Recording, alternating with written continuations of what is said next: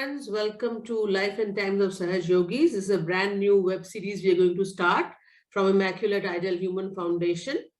So in the Life and Times, in this episode, we will be covering Mr. Sanjay Roshan Talwar, who's also the founder of Immaculate. Sanjay ji, आपका बहुत-बहुत स्वागत है. You're most welcome to the show. Thank you. Thank you very much, Aparna ji. So, see, this is basically, as we discussed, Life and Times, very precious moments that you all have been fortunate enough to spend with Shri Mataji herself. So this is this will go down. Basically, this is what will replace our history books. Should ideally the things that you have, the fact that you have all been with Shri Mataji, so many of you. So we are starting this interview with you. So kindly tell us, as an introduction today, especially since this is the first episode of ours, ki what as Immaculate we are going to start and how we are going to go about it, and how precious these these recordings would be for our future to come. Please, over to you. Thank you, Aparna. You've been a great host for Immaculate Ideal Human Foundation. As we all know that this foundation has been formed of creative people who come together on one platform to share their creative energies in making you or your personality as immaculate beings, as the way we have become during our lifetime by the practice of Sahaja Yoga meditation. And this meditation has been brought to us and the whole world by Her Holiness Shri Mataji Nirmala Devi, right from 1970 when she started this Sahaja Yoga movement. And she has brought among all of us Sahaja Yogis within the fold of Sahaja Yoga, through which we have been able to conquer, I would say, the word is conquer, the ills of human misendeavor. You know, we knowingly and unknowingly perform a lot of things in life which are not useful. Sometimes we live a very purposeless life. And many times we also land up doing wrong things because we don't know some way better to do it. So I would say that this forum will help you to reach out to your inner self. Within yourself, seek those answers that you never found in your lifetime. Through the experiences that I will share with you of my lifetime, and in due course, the lifetime of many like me, who spent their lives and times with Her Holiness during the times that she was with us in person. I, Sanjay Roshan Talwar, happen to be that one person who came very close to Shri Mataji in his early years of life. Today I am 66, going on 67. And I would say when I was 27, which is now 40 years before this, I first met Shri Mataji. And that was one of the greatest moments of my life. Because who is Shri Mataji? That is the question that we all want to know. Most of us who know her will understand what I'm saying, but many of you who are watching this for the first time, I'd like to tell you that she is the mother of all mothers. When I met her, my own mother who gave me birth was there with me, my parents, my family. We all went through different turmoils of life where we face challenges, difficulties, and we deal with them. And many of us fall short of handling them and then become sad. Or at times we become so aggressive that we start hurting people. And that makes a great imbalance, brings a great imbalance in our lives, which we don't sometimes realize. And so at the age of 27, when I met Shri Mataji, I was married with with a daughter, 2 years old. I was doing a job and I was following a spiritual path in my own way. My mother used to visit the Ramakrishna ashram. And, there are so many spiritual paths that uh, available to human beings since a lot of long time. And my mother used to pursue several ashrams and going to several gurus. Why? Because she was a seeker. And I, being my mother's favorite child, we were three siblings, my elder brother, my younger sister. I was the middle guy. So as you know, in most families, the middle guys are ignored. And I had quite a life of being ignored. That's how I felt. And I was a mediocre in school.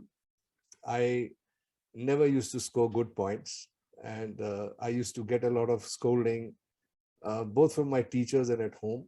And though my younger sister was adored as the last child, as the youngest, my eldest son was also adored, and I used to feel neglected.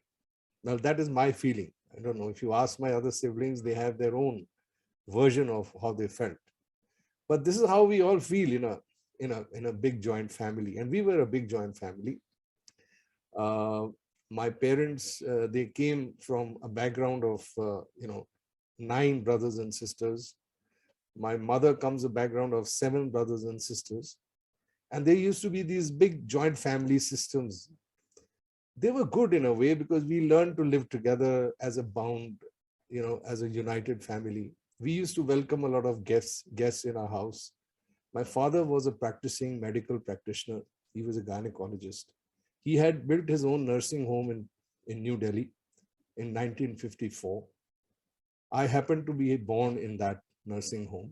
He happened to have delivered me, which is a great feeling. So that's how my background is. I was a chemical engineer.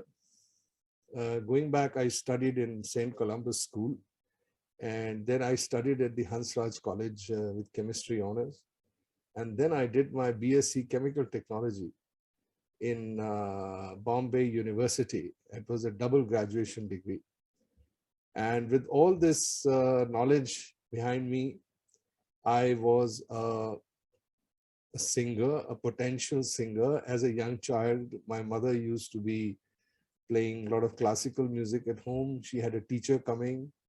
I remember she used to tell me that as a small child, she used to put me on the sofa next to her while she was practicing her ragas. And she probably feels that the music must have come inside me because of those days when she was learning. And as I grew up as a child, I used to love music, especially film music, and very fond of watching films. And the film stories, they used to influence my psyche. I used to feel that all these actors who work in the films, they actually are the real characters of life, and I need to follow them. And that kind of trend I have seen even till today, how much the films influence our audiences. But they did influence me a lot. And I used to copy a few actors. I used to even, but I was very fond of music. So all the film music used to get into my head, and I used to sing those songs and become very popular in my school. Later on, I won a few competitions for singing, but those were like bathroom singing, no formal training. My mother had formal training, and probably from somewhere within me, I was able to understand the nuances of the classical musical notes, and I could create some of my own notes and music. And as a kid, I had that little creative instinct, which kept me a little popular among my friends. But that was all about me. Rest of it, we were a joint family. We decided whatever our parents told us. I married a woman who came in my life in when I was 25 years old, and I never met her. It was through some guru in her ashram. She was introduced to me, and her parents happened to have known my parents earlier, and so it was a easy combination of a marriage that happened, which was solemnized in 1980. And we had our girl child. I used to have a job of my own, working with a chemical company, as I was qualified chemical engineer in Bombay. And it was the routine life that we were leading, you know. And then in 2 years later, I met Sri Mataji when a proposal came for my younger sister from Sri Mataji's house for her elder brother's son. And when that proposal came, in the tradition that is there in our lives, the girls people come and visit and the boys people visit, and they go and see the family, how they are, how they live, and will they be able to sustain this relationship. This always was a system, our old traditions of marriage. So in that process, Sri Mataji, I did not know her as Sri Mataji at that time. Her name was Nirmala Devi ji, and we used to call her Buaji because she was the sister of the bridegroom's father. And she came to judge upon our family. And when she came, she was already a spiritual leader, as could be seen. She had about 20, 25 people who came along with her. And we entertained them in our drawing room as the first time coming from the boys' side. And my wife was serving her, my mother was serving her, and I was given the opportunity to welcome her. And we all sat we had a huge drawing room. My father had a big house, which accommodated a lot of people. And as such, we were used to hosting large number of relatives and guests at home. That was the sort of a norm that we lived in our times. And my father ran a nursing home. Below, we used to live up on the first floor. And when she came with a few foreigners and a few Indians. And I was a little shocked. Who are these people coming from the boys' side? And then when I noticed that she sat on the sofa, these people sat just in front of her on the carpet. And I kept telling all of them to please come up and sit on the sofa. This is very funny. You are our guests, our honorable guests. But then Shri Mataji smiled and she looked at me and she said, you know what? Even if you try your best, they are not going to sit at the same level at which I am sitting.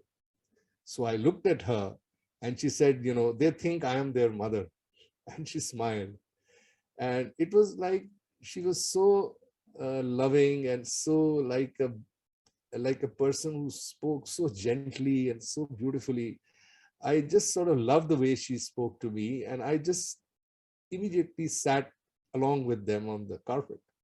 And I said, if they can sit on the carpet, that you must be somebody great. Then I would also like to sit on the carpet. But then she pulled my hand and she made me sit next to her. And she says, no, we are going to have a relationship with your family. And we have come to see your sister. And then, of course, the services started and the tea came and, you know, the snacks came. And then she told me that you have to look after my younger brother. His name is H.P. Salve, which you all know as Baba Mama. Most people know him as Baba Mama. And she said that you have to take him to the separate room because we had a word from the boy's side that he wanted to enjoy his drinks, which were not possible, which was not going to be possible in front of Shri Mataji. And so my brother took him to the other room and they had a few drinks. And that evening was the first day I met her. And I remember that day when she met us, means my wife too, when she was serving her, she caught my wife's hand and she said, you know, you have a very hot liver. And my wife was like shaken up. She didn't understand what she was saying. And then she told her, don't worry, you can just put some ice on your liver and it'll all settle down. So it was all new to us, what mother was saying. But she was like forthright. And then my wife heard her and she was serving and she went away. And then when I was asking her about what is this spirituality that these people follow with you, she said, this is Sahaj Yoga. This is something about inner awakening, is something that I have myself discovered, an energy within you called Kundalini. And when that is awakened, that actually recharges your subtle centers or the subplexes or the plexuses that are already there on your spinal cord, which control your body organs. And they fill that gap, which is yet in a vacuum when you were born. And I was like stunned when Shrimati was explaining. But I was a biology student, so I was very, very intrigued in what she was saying. And I was a chemistry student as well. So as a science student, it sort of, I really could understand what she was saying. And I again sat down at her feet and said, I would like to listen to you, mother, what these people have understood. And she says, but you will have to have your energy awakened. And once it is awakened and it clears all your centers, it will get charged by the all-pervading power which is on top of your head, which is the seventh chakra, the crown chakra. And she says, what I'm telling you is not something that I have created. It is something which is part of the scriptures. So what you should do is, whenever you have time, you come over to my house. I live in London. My husband serves in the shipping corporation, and now he's in the International Maritime Board, and he's posted in London. And now that our families are being united, you should come and stay with me. And then I will tell you all about this Sahaj Yoga. And I said, yes, mother, yes, I will definitely be part of this. I'd just love to do that. And then she held my hand and she said, you have been born for a reason. Do you know that? And I always had this question in my mind as a child. Why am I born? What is the purpose of my life? What am I supposed to do with my life? I don't know how many of us asked that question. But as a child, I had that question. I used to keep answering my mother. And when I heard mother talk about the purpose of life and why am I born, I was really intrigued. I said, mother, please tell me, what do you know about me? Since you are a spiritually awakened person, I'm sure you can throw some light on these questions. And she said, when she held my hand, she said, you are born to be a singer. You are going to be a poet. And you are a creative person. And your creativity can be reached through Sahaj Yoga to the whole world. And at those times, I could not fathom what it meant till today. Of course, it's now almost 40 years. Those days, 2 years passed after I had met her. You know, the relationship was solemnized. My sister became a part of her brother's family. There used to be a lot of family visits and, goodness exchanged between us. We used to have dinners and lunches together, but somewhere something had touched my heart so deep within. And I used to tell my parents that, I feel so nice when I meet this lady. And they call her Shri Mataji, and I want to call her Shri Mataji. And then, of course, for 2 years, I was busy with my job in Bombay. I had a job there. I went there and studied. But I could never forget this meeting with her. And then one fine day, it was 1984. I remember she was visiting Delhi, and my father by that time had gotten involved in Sahaj Yoga.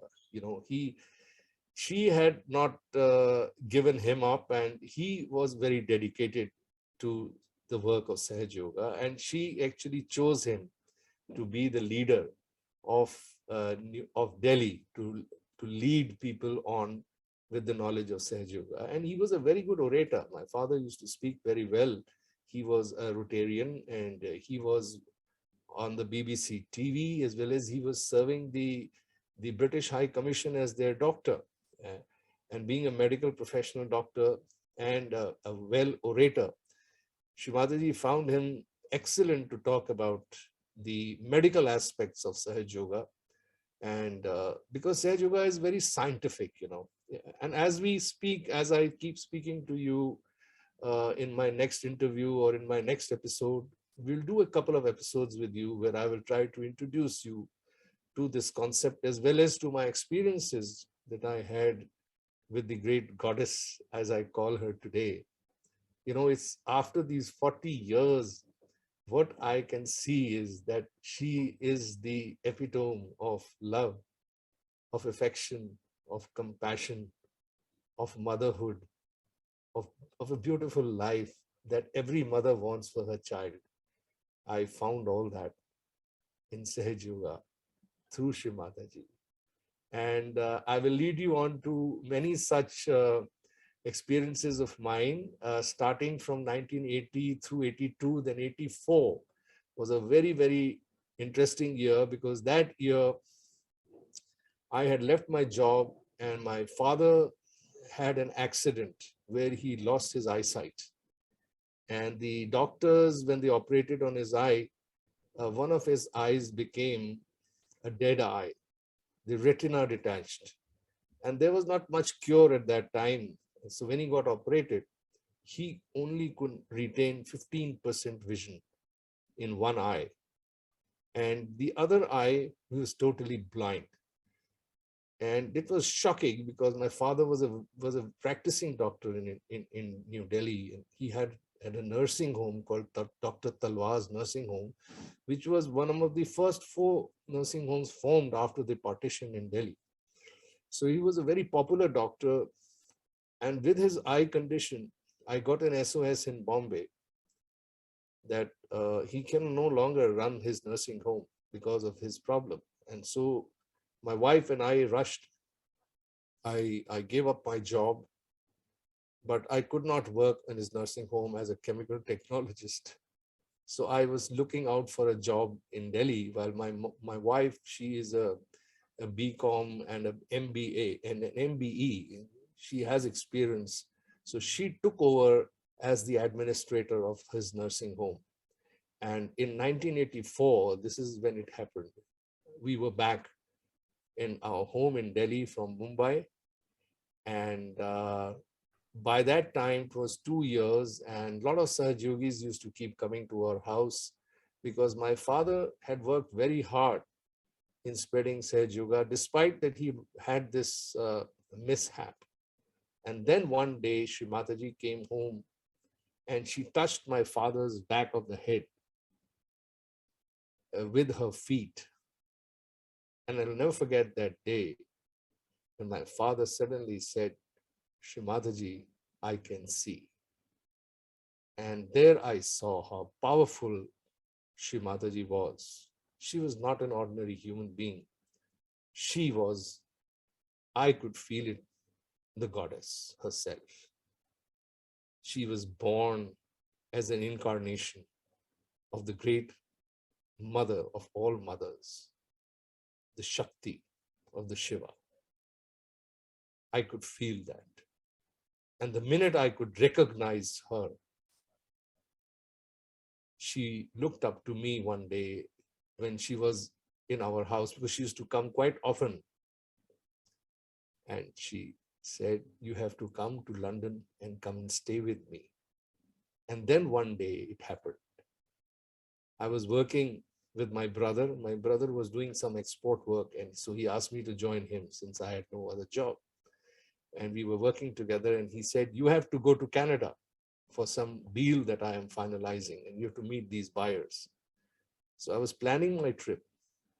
And Shri Mataji happened to be there when we were talking. And she said, "Why don't you come via London? These flights, they all have to break somewhere in Europe." So I said, "Yes, Shri Mataji, I will break my journey." And in 1984, I will not forget that day. It was the 3rd of July. I was on my way to Canada, but I flew first to London. And Shri Mataji had arranged a car pickup for me at the airport to, to take me to her residence. And my brother, the first foreign brother who came close to me, he was Alex Henshaw, who's still there in Hong Kong. He came and picked me up, and on his way, he kept telling me about Sahaja Yoga, about the greatness of Shri Mataji.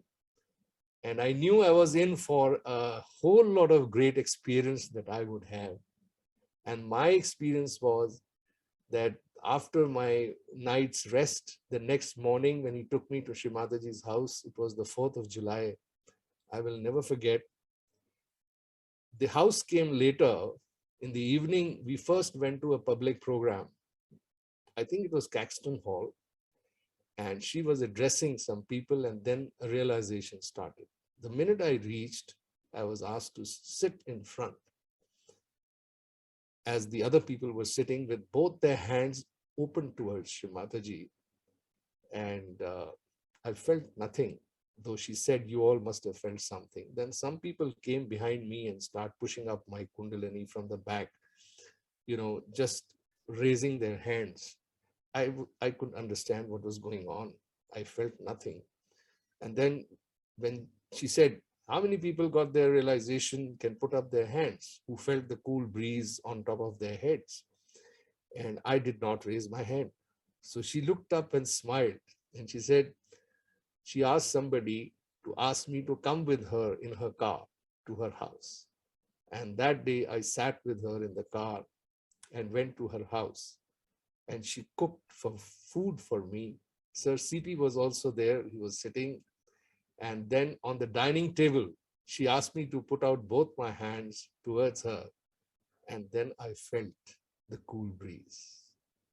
And what was it? My Kundalini was able to recognize Shri Mataji. She was cooking, and whatever food she cooked, she fed me. We sat together on the dining table. And I must say that was the day, 4th of July, 1984, never to forget, my day of self-realization given by the goddess herself. And little did we realize in what times we were and what moments those were for me to have met her and taken my self-realization from her directly. Well, all this dawned upon me much, much later. One doesn't realize that moment, how great it is when you're going through it. But later on, you really cherish those days and those wonderful memories. So this is how I actually got my self-realization almost 2 years after I met her. And then it's a story of how my wife came and how we had further experiences with Shri Mataji non-stop for so many years, and what all she did with me and my chakras, because I think it was she who worked everything. I had just totally surrendered myself to the great goddess because I could not fathom how beautiful life had become for me. I could never imagine. And I'll tell you what I felt in those days. And thereafter, all the experiences I had one by one as time went by, and almost 20 years, great times of my life, I will share with you in the next episode. I hope you all have enjoyed the beginning of life and times of Sahaja Yogis. I have offered myself as the subject for this today, and I hope many of you will get, want to talk about this. If you have met Mother, if you have been with her ever and seen the great goddess live before you and perform miracles in your life, you will come forward and you must talk, because we have to tell everybody what a great personality Shri Mataji was. And who she really is, you will only come to know through your own experience. And that too I will share with you. Aparna, am I done for today? I think it has been quite a long talk. I have no idea about the time I have taken. No, that is okay. That was very nice to listen to such a fortunate person that you are, that you could actually spend time with Shri Mataji. How many of us could do it? None. I mean, hardly.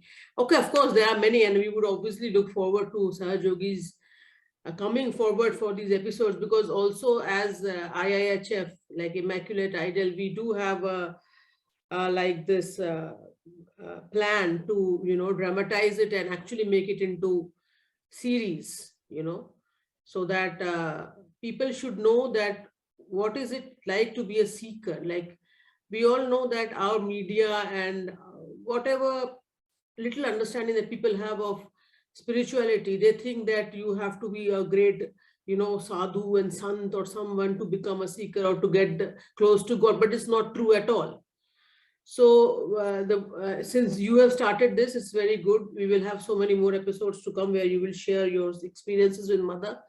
Plus, we would also invite others in there, from so many walks of life, like you were from the science background. There have been so many who are musicians, who are doctors, who are IPS officers, army officers, so this is very important for the world to know that being a spiritual seeker or becoming a spiritualist or whatever, it is not something very different. It's a way of life. It's just an evolution, So this people must know. And these series, these series very important for us also as Immaculate. We have to, make it into films, so that they should know that very ordinary people can evolve into great beings. That is what we as humans are supposed to do actually also. Like, what is our maqsad in life? What is our maqsad in life? It's obviously to evolve further into spiritual beings, being the spirit.